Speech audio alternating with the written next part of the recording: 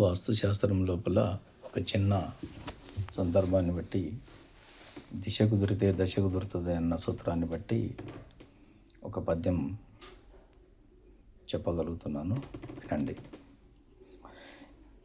తూర్పు దిశ యందు తులతూగె శ్రీభోవు అగ్నయంబున వంట నదిక సుఖము, దక్షిణంబున వంట యముడు పగబట్టి జంపు నైరుతిలో వంట చేయుట చేత గుండె మోర్చ రోగంబు చేర్చునందు,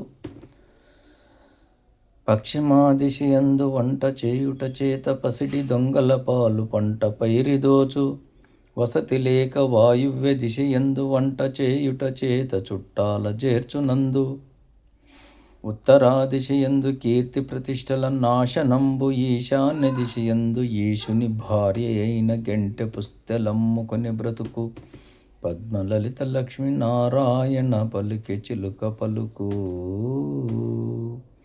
ఈ విధంగా తూర్పు దిక్కు సరైన సెంటర్ లోపల ఇంటి లోపల వంట ఉంటే ఇంటి యజమానురాలు మొదలు చనిపోతుందని చెప్పిండు. ఆ ప్రకారంగా అగ్నేయం మంచి సుఖాలు వస్తాయని చెప్పిండు.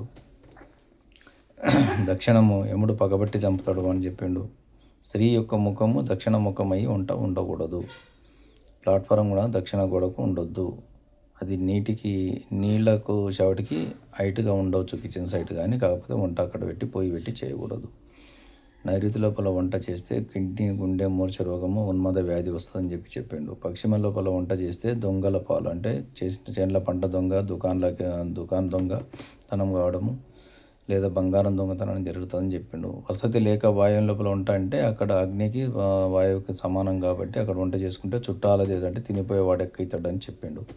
ఉత్తరం లోపల కీర్తి ప్రశ్న నాశనం అంటే ఈ బిడ్డనిచ్చిన అల్లునితోనే కిరికిరి, గ్రామ పంచాయతీ కిరికిరి అని చెప్తున్నాడు.